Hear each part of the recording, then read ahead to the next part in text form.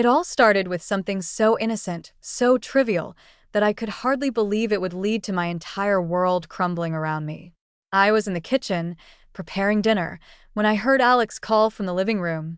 "Emma, can you help me with this for a second?" I wiped my hands on a dish towel and walked into the living room. There stood Alex, my stepson, struggling with the zipper of his jacket. At 22, he was a grown man, but in that moment, he looked so much like the awkward teenager I'd first met years ago. "Sure. What's the problem?" I asked, moving closer.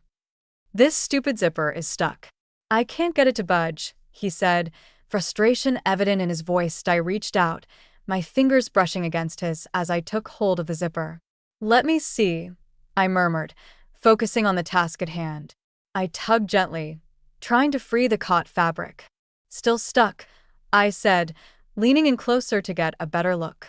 That's when I noticed how close we were standing.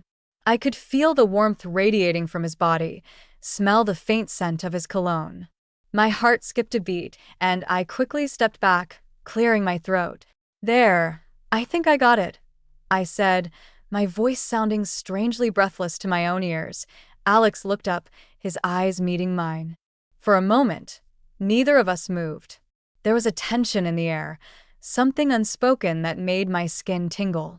"Thanks," he said softly, his gaze holding mine for a beat too long before he looked away. I nodded, turning quickly to head back to the kitchen. My heart was racing, and I couldn't understand why. It had been such a small, insignificant moment. But something had shifted, and I knew deep down that things would never be the same. Before I continue with this story, I want to ask you to subscribe to my channel. Your support means the world to me and allows me to keep bringing you these incredible true stories. Don't forget to hit that like button and stay tuned until the end, because this story is about to take some unexpected turns you won't want to miss. My marriage to Robert wasn't exactly a fairy tale. We'd married when I was 38 and he was 45, both of us having weathered failed first marriages. Robert was a creature of habit, with his golf games, fishing trips, and work dinners that kept him busy and often away from home. I had learned to live with the silence between us, filling my days with volunteer work, gardening, and keeping our large house in order. Then Alex moved in. Robert's son from his first marriage had always been polite but distant. I'd only seen him occasionally during holidays and family gatherings when he was still in college. He'd always been shy, awkward in that typical way young men are with new stepmothers. But now, 4 years later, the man who showed up at our doorstep wasn't the same reserved young adult I remembered. Alex had just graduated with a degree in graphic design and was struggling to find his footing in the competitive job market. Robert, in a rare moment of paternal concern, had offered him a place to stay while he figured things out. I didn't have much say in the matter, but I didn't mind. The house was big enough, and I welcomed some company during the long hours Robert spent working or out with friends. What I didn't expect was how Alex's presence would change the dynamics in the house. He had a charm about him, the kind that made people gravitate towards him. His dry sense of humor and infectious smile filled the empty spaces in the house in a way Robert never did. It started with small moments. One morning, I was trimming the hedges in the front yard when Alex appeared with 2 cups of coffee. Barefoot and still half asleep, he leaned against the doorframe, watching me work with a lazy grin. "You're up early," I remarked, accepting the offered cup gratefully. He shrugged, sipping his own coffee. "Couldn't sleep. Besides, someone has to admire all the work you're putting in out here." I laughed, shaking my head. "Don't let your father hear you say that. He thinks this garden just takes care of itself." Alex's expression darkened slightly. "Dad doesn't notice much, does he?" The comment caught me off guard, but I didn't press him on it. Over the next few weeks, our conversations grew longer, and our interactions became more natural. Alex would hang around the kitchen while I cooked, telling me stories about his college days or asking for advice about job applications. One afternoon, I found him sprawled on the couch in the living room, sketching in his notebook. "Mind if I take a look?" I asked, nodding to the pad. He hesitated before handing it over. The pages were filled with intricate pencil sketches, portraits, landscapes, and abstract designs that seemed to come alive on the paper. "These are amazing," I said, genuinely impressed. "Thanks," he said quietly. I just do it to pass the time. You should show these to someone, I suggested. A gallery, an art director. You have real talent, Alex. He smiled faintly, meeting my eyes. You're the first person who said that. The weight of his words hung between us, and for the first time, I felt a stirring inside, something I couldn't quite identify. But then came the zipper incident, and things began to unravel. For days, the air between us was thick with tension that neither of us knew how to address. I tried avoiding being alone with him, but the house was too quiet and too small for that. We kept running into each other, and each encounter felt charged with unspoken words and emotions. One evening, I was washing dishes when Alex came into the kitchen, his hair damp from a shower.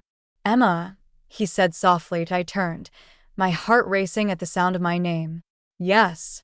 He hesitated, his hands shoved into his jeans pockets. I'm sorry about the other day. That was awkward. It's fine, I said quickly, turning back to the sink. Let's just forget about it. I don't think I can, he admitted, his voice almost a whisper. I froze, his words heavy in the air between us. I turned to face him, struggling with emotions I didn't know how to handle. Alex, we can't dash, I began, but I couldn't finish. He stepped closer, his gaze unwavering. I know, but I don't want you to think it didn't mean anything to me. The intensity in his voice left me speechless, and for a moment, neither of us moved. Then Robert's voice called from the front door, breaking the moment. I'll be right there, I said quickly, turning away from Alex. But even as I walked away, I knew that something had changed irrevocably between us. The following days were filled with avoidance and stolen glances. Robert remained oblivious, watching TV or going out with friends, leaving Alex and me to navigate this minefield we'd created. One afternoon, as I folded laundry, Alex appeared in the doorway. Can we talk? He asked, his voice tentative. I hesitated before nodding. He closed the door behind him, stepping into the room. I don't know how to act around you anymore, he said, his voice raw with emotion. Alex, we have to let this go, I said, trembling. It was just a moment. But it wasn't just a moment, he said, stepping closer. Not for me. I understood then that it wasn't just a moment for me either.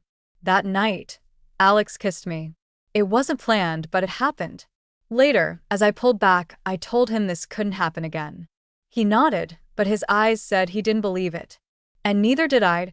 The days following the kiss were a whirlwind of stolen moments and quiet desperation. Alex and I tried to act like nothing had changed, but the tension between us was undeniable. Every glance, every accidental touch felt charged, heavy with what we weren't saying. Robert remained oblivious, his attention divided between work, his friends, and his endless hobbies.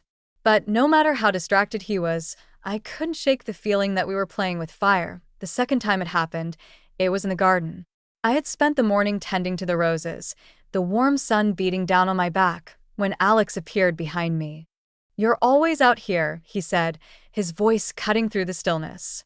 It's peaceful, I replied, not turning around. He stepped closer, casting a shadow over me. I think you like avoiding me. My breath caught, but I forced myself to stay calm. I don't know what you mean. Don't you? He asked softly, but with insistence. I turned to face him, and this time there was no hesitation, no moment to stop myself. He kissed me again, and this time I kissed him back. What began as fleeting moments of longing spiraled into something neither of us could control. At first, we were careful, finding quiet corners of the house where we wouldn't be disturbed. But as time passed, we became bolder, unable to resist the pull between us. One evening, while Robert was out for a client dinner, Alex and I found ourselves in the library. I pretended to organize the shelves, my hands shaking as he stood behind me. You're shaking, he murmured, his breath warm against my neck. I'm fine, I said, though my voice betrayed me. He placed his hands on my shoulders and turned me to face him. You don't have to be afraid. I'm not afraid of you, I whispered, my voice breaking. I'm afraid of what we're doing. He cupped my face in his hands, his gaze steady. Then stop thinking about it. Just be with me. I wanted to argue. I wanted to tell him we couldn't keep doing this, but the words wouldn't come. Instead, I allowed him to pull me into his arms, and for the first time in years, I felt alive. The secrecy of our relationship only heightened the intensity. Every stolen moment felt like an act of rebellion against the dull life I had settled into, a reminder that there was still passion buried beneath the routine of my marriage. But with the excitement came the fear. One afternoon, as Alex and I sat on the couch in the living room, Robert came home earlier than expected. "Emma," he called out from the hallway, and I jumped up, my heart racing as Alex quickly moved to the opposite side of the room. "In here?" I called, trying to keep my voice steady. Robert walked in, glancing between us. "Didn't realize you'd have company," he said, his tone casual though his eyes lingered on Alex. "Just catching up," Alex said smoothly, his posture relaxed. Robert nodded, but the look he gave me as he walked away sent a chill down my spine. As careful as we were, it became harder to hide. Robert began asking questions, subtle at first, but gradually more pointed. "You and Alex seem to be getting along well," he remarked one evening as we sat at the dinner table. "He's been a big help around the house," I replied, forcing a smile. Robert nodded, his expression unreadable. "I'm glad to see that. It's good to know someone's keeping you company while I'm busy." His words carried an undertone I couldn't quite place, and I felt the blood drain from my face. The first real crack came when Alex's best friend, Jake, showed up unannounced. Jake was loud, opinionated, and had a talent for picking up on things others tried to hide. "You've been spending a lot of time at home," Jake said to Alex one afternoon, his tone light but his eyes sharp. "Just helping out," Alex replied casually. "Must be nice," Jake said, his gaze flicking to me, "having someone to keep you company." The comment sent a chill through me, and I quickly excused myself, leaving the two of them alone. Later, Alex found me in the kitchen, his expression tense. "Jake knows something," he said quietly. "I'm guessing," I replied, though my voice wavered. Alex shook his head. "He's not stupid. Dad's going to figure it out." As the weeks went on, the tension in the house became unbearable. Robert's suspicions, Jake's comments, the weight of our secret, it felt like a storm waiting to break. But even as the risks grew, so did my feelings for Alex, and no matter how dangerous it became, I couldn't bring myself to let him go. Keeping a secret is like holding your breath underwater. You can only do it for so long before the pressure starts to crush you. Alex and I were good at hiding, but the cracks in our facade were becoming more and more evident. Robert wasn't blind, and neither was Jake. Then there was Sarah, Robert's colleague, who managed to turn her casual visits into something more intrusive. Sarah arrived one Saturday afternoon, uninvited but perfectly at ease. She had visited the house a few times before, always under the pretense of dropping something off for Robert. This time, she came with a bottle of wine and an overly bright smile. "I thought I'd stop by," she said as she walked into the kitchen where I was chopping vegetables. "That's fine," I replied, forcing a smile. Sarah placed the bottle on the counter and leaned against the island, her eyes scanning the room like she was cataloging every detail. "This place is gorgeous. You've done such a good job making it feel like a home." "Thank you," I said, my voice tight. Her gaze lingered on the back door where Alex had walked out only moments before. "Robert's lucky to have you. And Alex, of course. He's such a big help around here, isn't he?" My heart skipped a beat, but I kept my expression neutral. "He's been great. It's nice having him around." Sarah's lips curved into a smile that didn't reach her eyes. "I bet it is." As the weeks went on, Sarah's presence in the house became more frequent. She found excuses to stop by, always pretending it was for work, but I could tell her true aim was to gather information. Whether it was about Robert or Alex, I couldn't say.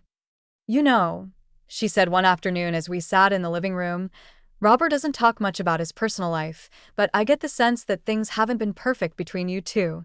I stiffened, my hands gripping the teacup in my lap. "Every marriage has its challenges," I said, trying to remain calm. Sarah's smile was too sweet to be genuine. "Of course.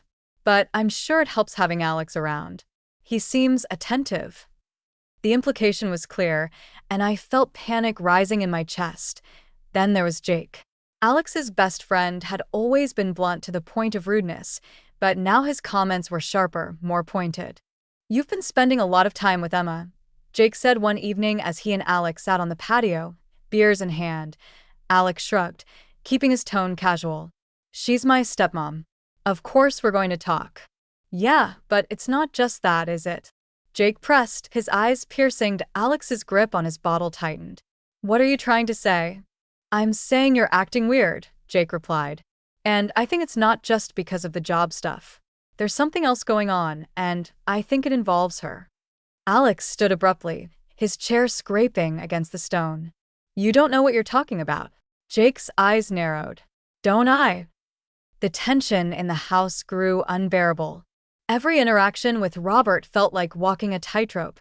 Every visit from Sarah like a test I was destined to fail.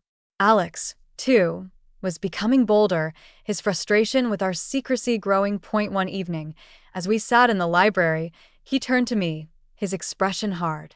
"I can't keep doing this," he said.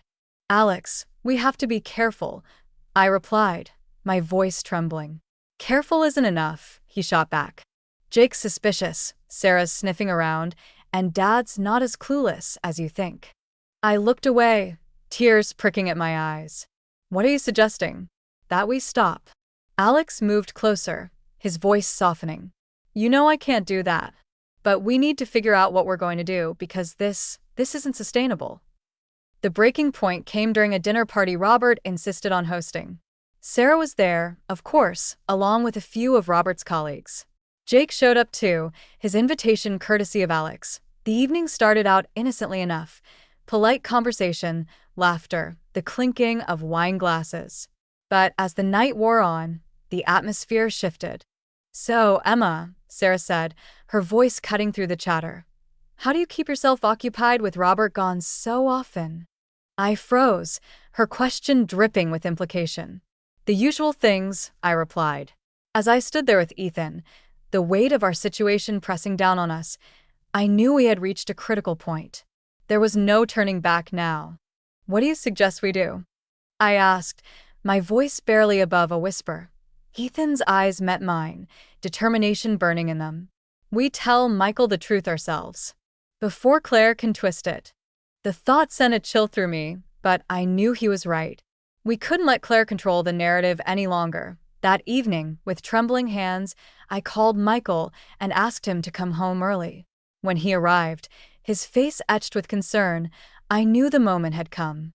"Michael," I began, my voice shaking, "there's something we need to tell you." As the words spilled out, detailing our affair and the depth of our feelings, I watched Michael's expression change from confusion to disbelief to anger. When Ethan joined us, appearing from the other room where he'd been waiting, Michael's fury reached its peak. "How could you?" he roared, his face contorted with rage. "My own son and my wife." The confrontation that followed was brutal. Harsh words were exchanged, accusations flew, and at one point, I feared Michael might become violent. But as the initial shock wore off, an eerie calm settled over the room. "Get out," Michael said finally, his voice cold and empty. "Both of you. I never want to see either of you again." As Ethan and I packed our belongings, the reality of what we'd done, and what we were about to do, hit me full force. We were leaving everything behind, starting over with nothing but each other. And the days that followed, we faced the consequences of our actions. Friends turned their backs on us, family members expressed their disappointment, and the small town we lived in buzzed with gossip. Claire, having lost her leverage, faded into the background, but the damage she'd helped create was already done. Ethan and I moved to a new city, trying to rebuild our lives away from the judgmental eyes of those who knew our story. It wasn't easy. There were moments of doubt, times when the guilt threatened to overwhelm us. But through it all, we clung to each other, our love tested but unbroken. As months turned into years, we slowly began to heal. We found new jobs, made new friends, and eventually, we got married in a small, private ceremony. It wasn't the life either of us had imagined, but it was ours, built on the ashes of what we'd left behind. Looking back now, I can't say I regret the choices we made. The pain we cause others will always weigh on my conscience, but the love Ethan and I share is real and deep. We've weathered the storm together and come out stronger on the other side. As I finish writing this, I realize that our story is far from over. We're still learning, still growing, still facing the consequences of our actions. But we're doing it together, and that makes all the difference. To those who might judge us, I can only say this. Love is complicated, messy, and sometimes it comes in ways we least expect. Our journey hasn't been easy, but it's been ours. And in the end, that's all that matters.